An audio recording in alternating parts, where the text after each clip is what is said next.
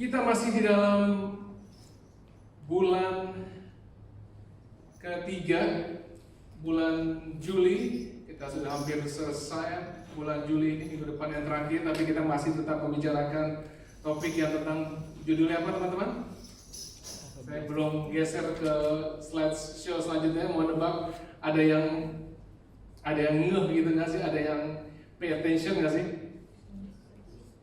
Apa? Wisdom speaks. Oke, betul sekali.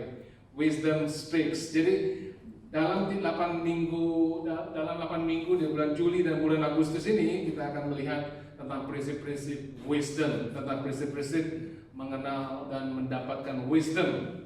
Karena kita harus mulai di sini, betul? Seluruh hidup kita harus dimulai di sini, agar seluruh hidup kita diubahkan. Sebenarnya bagian dari sharing saya yang sekitar 2 minggu yang lalu, sebenarnya di ujungnya terakhirnya ada ayat ini, tapi saya pikir nanti saya save aja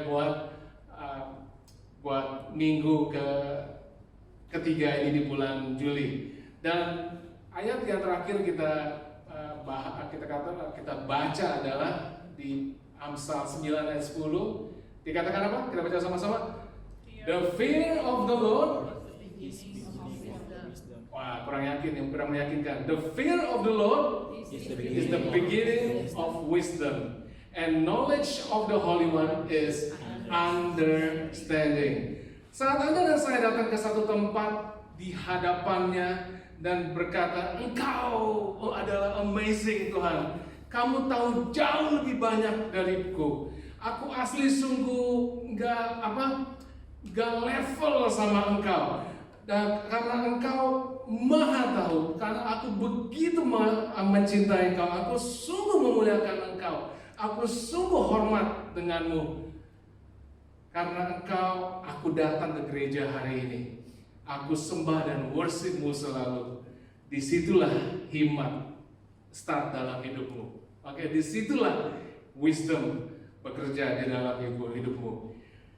Karena kita berseru kepada seseorang yang much bigger, seseorang yang jauh lebih besar, dan jauh lebih powerful, dan jauh lebih better, dan jauh lebih bijaksana dari Anda dan saya. Dan dia juga sanggup merubah hidupmu selamanya. Banyak daripada kita berpikir bahwa fear of the Lord, by the way, hari ini kita bicara tentang fear of the Lord. Oke, karena kelihatannya is the beginning of the wisdom, bukan the end of wisdom, bukan di pertengahan of wisdom, tapi the beginning of wisdom adalah fear of the Lord. Lalu saya berpikir, ini adalah sesuatu yang penting untuk kita bicarakan, sesuatu yang penting untuk kita gali, dan sesuatu yang penting untuk kita bawa pulang. Oke, semua with me? Oke. Banyak dari kita berpikir bahwa fear of the Lord adalah afraid atau scared of the Lord. Oke? Nanti kita baca. Karena beberapa dari kita mungkin dari bertumbuhnya dalam kekristenan, kita dihadapi dengan orang-orang yang mengajarkan bahwa kita harus takut sama Tuhan kita yang mengerikan. Oke? Saya kalau pertama kali baca Alkitab di Perjanjian Lama, wah Tuhan, kalau kita lakukan sebegini, jebret, mati. Ada orang yang nggak happy begini, ada orang melakukan something begini, begitu banyak orang mati. Kalau orang melakukan begini, mati. Saya melihat Tuhan yang begitu menakutkan. Tapi sesungguhnya tidak 100% betul juga. Kita harus takut, harus scared atau afraid sama Tuhan. Oke? Banyak orang turn off oleh gereja karena memikirkan image yang demikian, image yang menakutkan tentang Tuhan kita. Oke? Ada satu quote yang katakan, image of God akan menentukan relationship kita dengannya. Oke?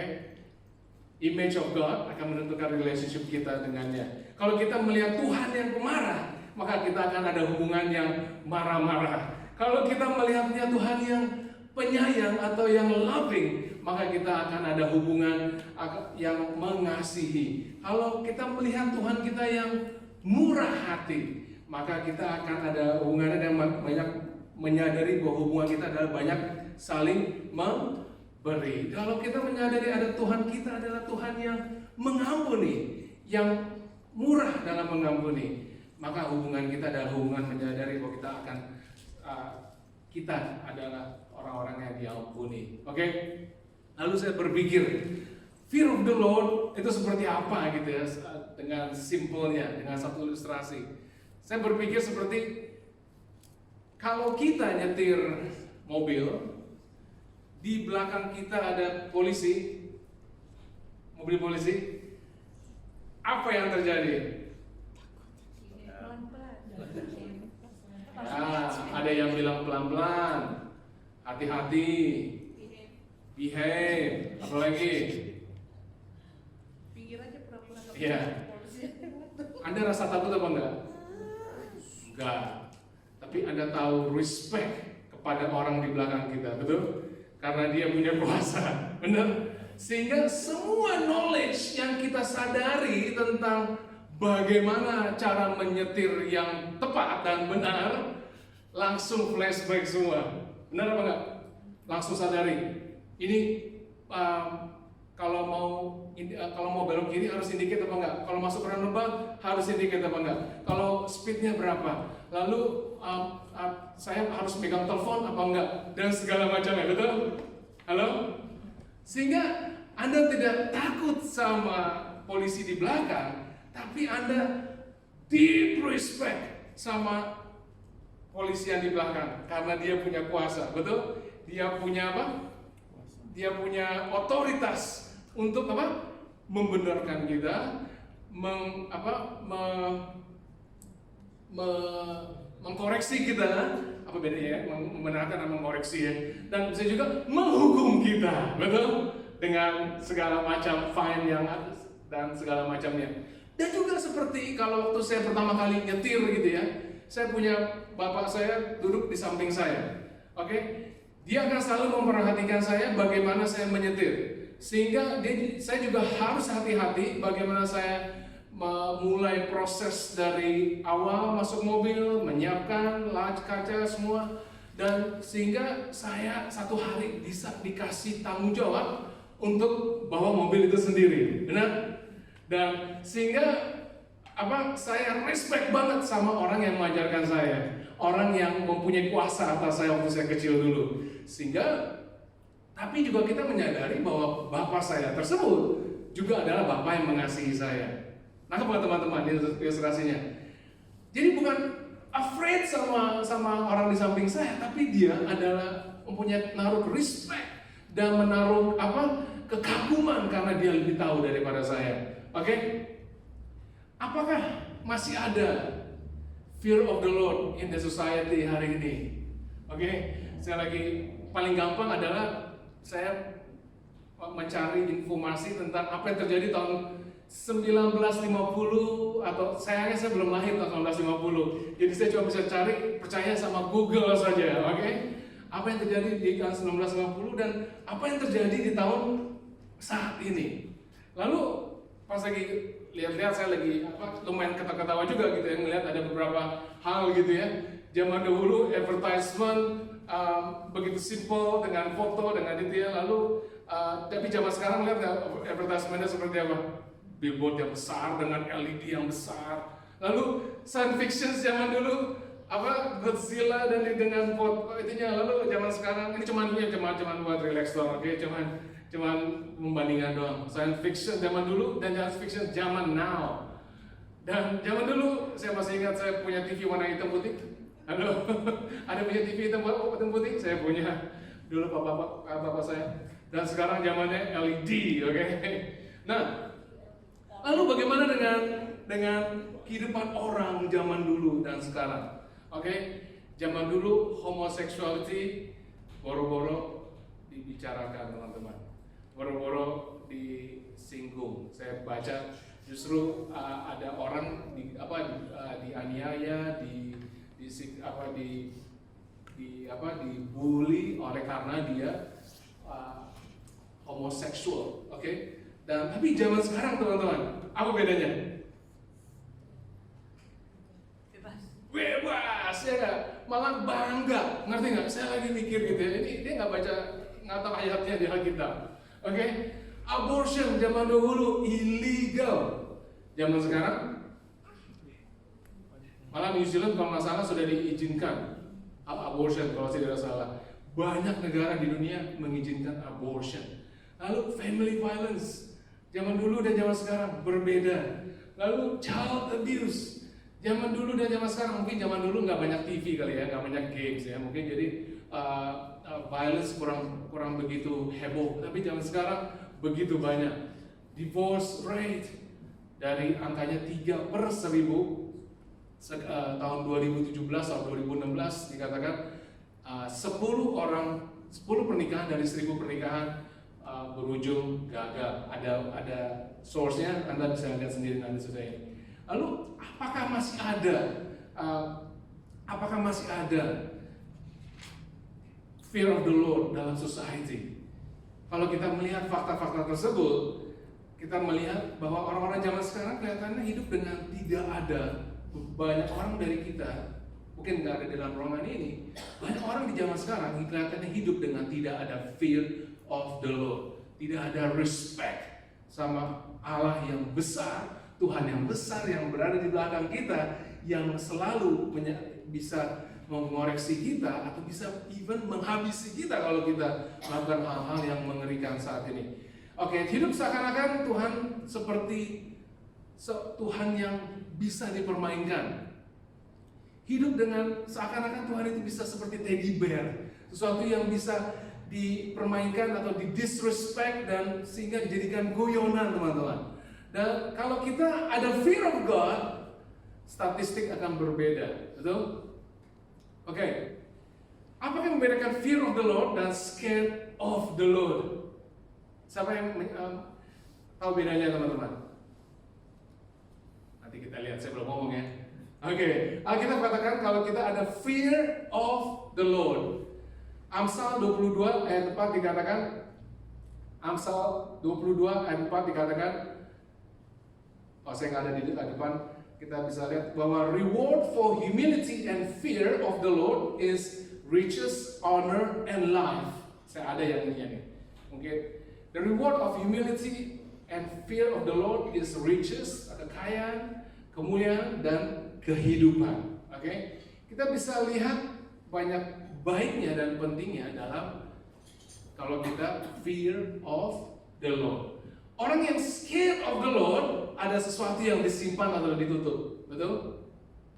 Kalau ada orang yang scared of the Lord, ada sesuatu yang disimpan atau yang ditutup-tutup sehingga dia merasakan takut. Adam, contohnya, pada saat dia berdosa terhadap Tuhan, dia lari dari hadirat Tuhan, dikatakan. Mereka menjadi apa? Kalau Anda baca di Kejadian, menjadi afraid of God. Menjadi afraid of God karena mereka telanjang. Hasil dari kesalahan mereka. Orang yang fear of God, tidak ada sesuatu yang disimpan. Tidak ada sesuatu yang harus ditakutkan. Dan dia nggak mau jauh-jauh dari Tuhan. Betul, teman-teman? Simple. Karakter orang yang fear of God adalah orang yang nggak comfy atau orang yang nggak nyaman kalau dia jauh-jauh dari Tuhan. Dan tidak katakan apa yang bisa aku lakukan, apa yang aku lakukan atau apa yang aku katakan seakan-akan seberapa dekat aku ke dalam lubang yang namanya lubang dosa. Orang yang fear of the Lord nggak seperti itu. Orang yang fear of the Lord adalah orang yang dekat-dekat sama Tuhan dan even garis lubangnya nggak kelihatan sama dia, jauh dari dia. Dengan kata lain, aku mau dekat-dekat dengan Tuhan dan tidak bisa sama sekali aku melihat lubang kesalahan, lubang dosa yang bisa aku terjatuh. Oke?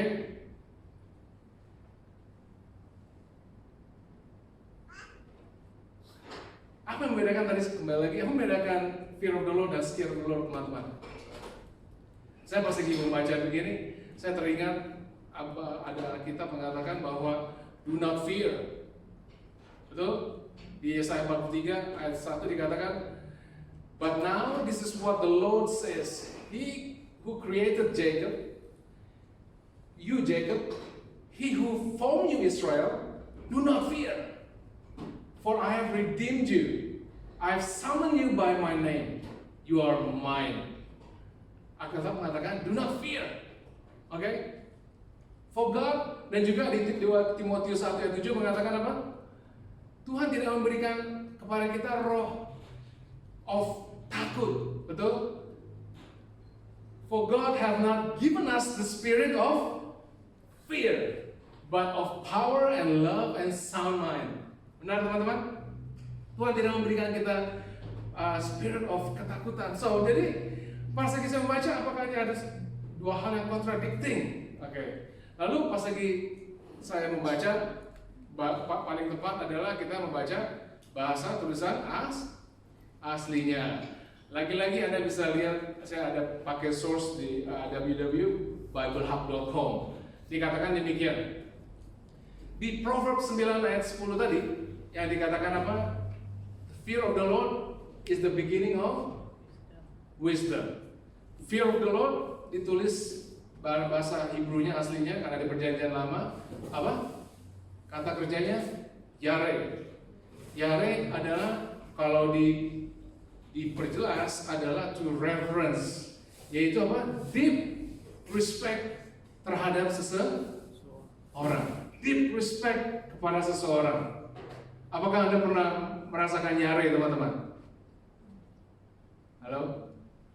Deep respect kepada seseorang. Dan juga ada kekaguman. Oke? Itu yang dikatakan di Proverbs 9 ayat 10 dipakai kata yare. Lalu di Yesaya 43 ayat 1 tadi yang dikatakan apa? Fear not. Do not be afraid. Di bahasa Hebrew-nya aslinya adalah tira, yang aslinya artinya berarti maksudnya adalah takut karena teror atau takut karena sesuatu yang bersalah di dalamnya. Oke?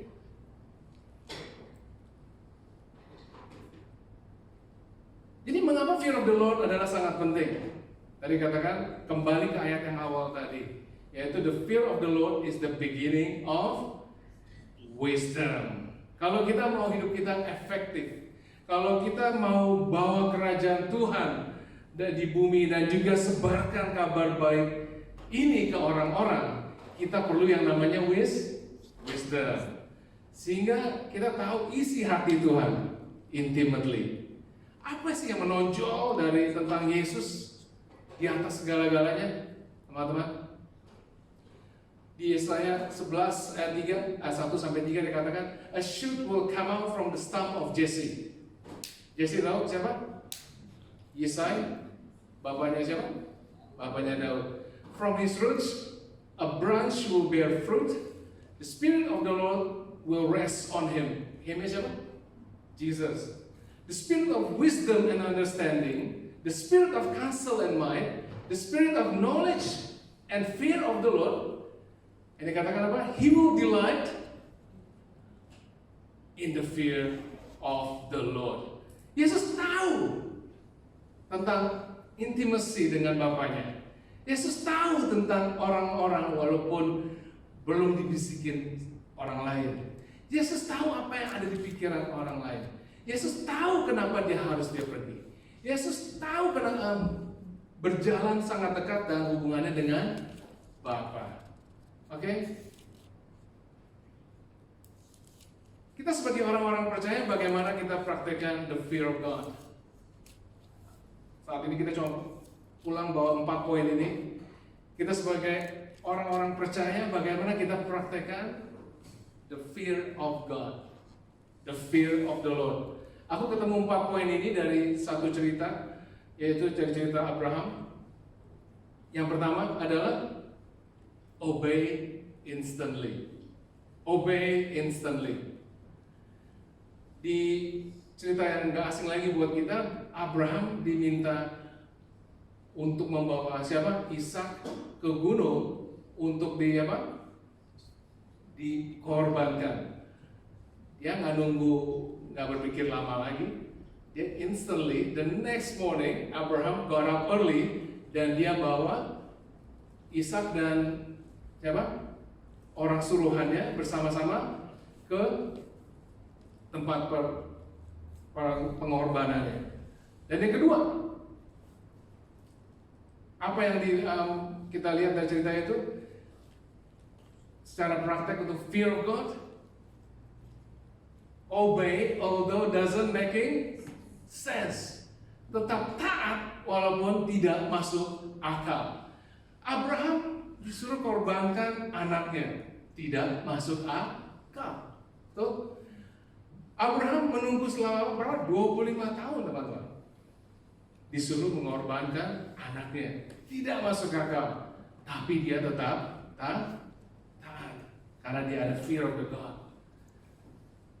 Lalu saat dicerita di 1 Raja-Raja 13 tentang seorang nabi tua, the prophet tua yang disuruh, dia bilang, kamu pergi ke jalan, lewat jalan ini, tapi kamu pulang tidak kembali ke jalan yang sama lagi, dan tidak boleh makan makanan yang yang disajikan. Tapi dia tetap melakukannya. Lumayan menarik cerita di 1 Raja-Raja 13, teman-teman, Anda bisa baca sendiri di rumah. Tidak masuk akal. Tapi diperlihatkan bahwa pada saat dia tidak taat, yang terjadi adalah dimakan oleh dimold oleh singa dan segala macam. Oke?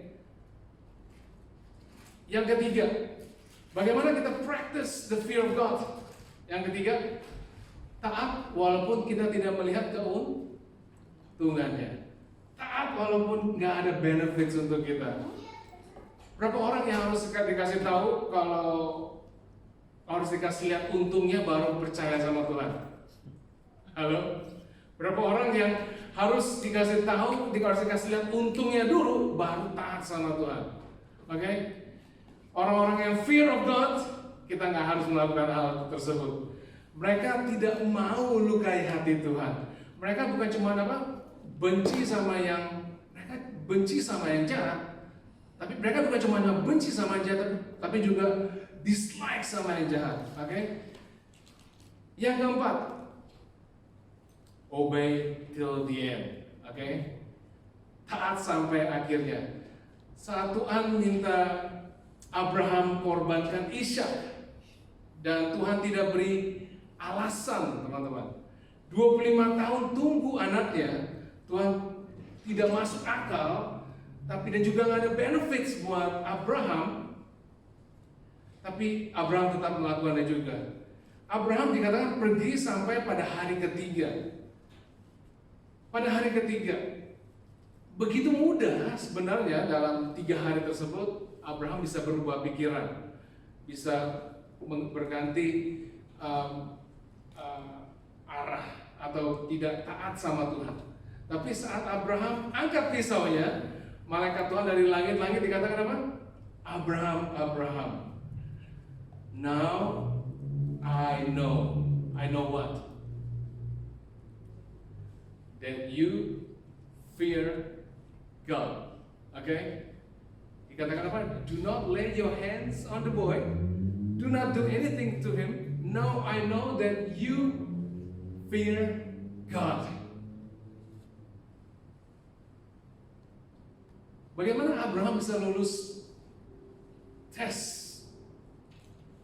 bahwa dia fear of God, teman-teman? Bagaimana dia bisa lulus tes?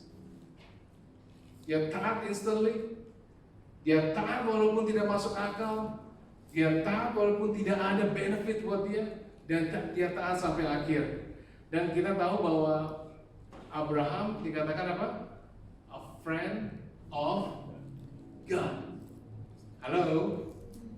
Yakobus 2 ayat 23 dikatakan apa? He is a friend of God. Dan untuk menjadi friend of God, the Lord is a friend to those who fear Him.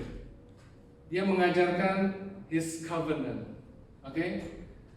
Kalau kita melihat cerita yang berbeda dari Raja Salomo, Dia menjalani hidupnya dari awalnya untuk taat dengan Tuhan, dan juga dia mengasihi Tuhan.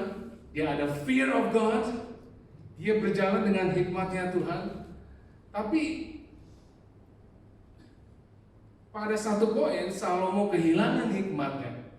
Dia karena apa? Dia menikahi banyak wanita, dan juga dia tidak taat sama apa yang dikatakan, apa yang diperintahkan. Dan yang dari mulanya Salomo punya spirit of fear of the Lord, pada akhirnya dia kehilangan. Dan dikatakan Salomo menjadi orang gila. Apa yang dia dapat, dia kehilangan. What comes around, goes around. Tapi di ujung hidupnya Salomo, dia kembali ke akal sehatnya. Dan dia kembali ke Tuhan. Tahu nggak apa yang dia katakan?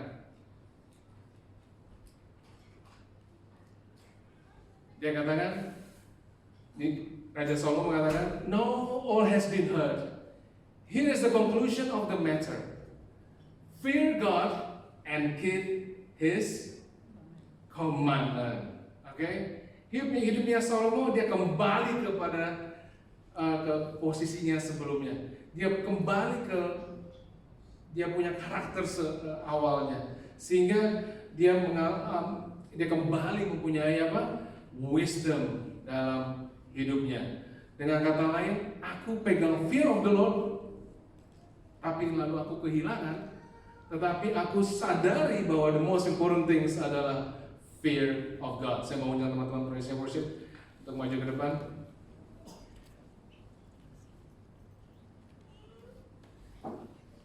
Why we greatly and deeply respect dan muliakan Tuhan, teman-teman. To a level fear of God. Mengapa kita begitu sangat mengasihi dan sangat respect towards seseorang yang bernama God dan memuliakan Dia? Yang pertama adalah He is awesome. Betul? God is awesome. Halo? God is awesome. Dan God is holy. Mungkin kita gereja melakukan banyak hal-hal contemporary. Kita melakukan praise and worship yang contemporary. Kita memilih lagu-lagu yang contemporary. Tapi our God still a God that is holy.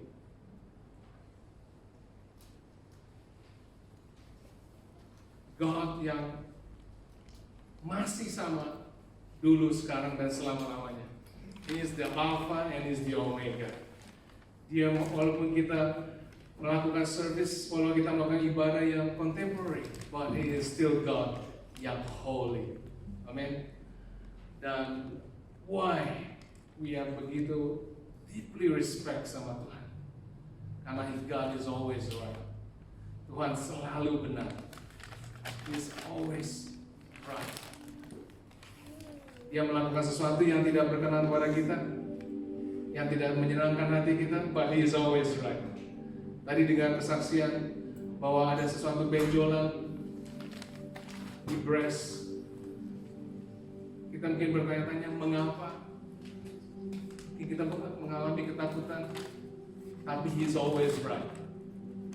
God is always right. Let's raise our voice setiap hari untuk have a reverence, untuk having a fear of God dalam hidup Anda dan saya. Mari kita bangkit berdiri. Kita berdoa. Terima kasih Tuhan. Kami bersyukur ya Bapa. Kami menyembah Allah yang begitu respectful. Kami menyembah Allah yang begitu besar dan awesome. Kami menyembah Tuhan yang the holiest out of the holy in this world. Kami bersyukur Bapa bahwa ada satu pribadi yang gak bisa menaruh hope, pengharapan kami pada Engkau. Kami berdoa Bapa, juga mempunyai perasaan yang sama, having the fear of God, bukan scared of God, bukan ketakutan dengan teror, tapi we wanna love you, menyadari bahwa Engkau adalah Allah yang mengasihi, Allah yang mengampuni, Allah yang memberi, Allah yang masih menikmati pujian kami walaupun kami melakukan kesalahan-kesalahan. Terima kasih Bapak. Biarlah semua yang kami dengar, semua apa yang kami terima, ayat-ayat yang kami baca pada hari ini menjadi rema dalam hidup kami, dan kami ditumbuhkan dan kami berbuah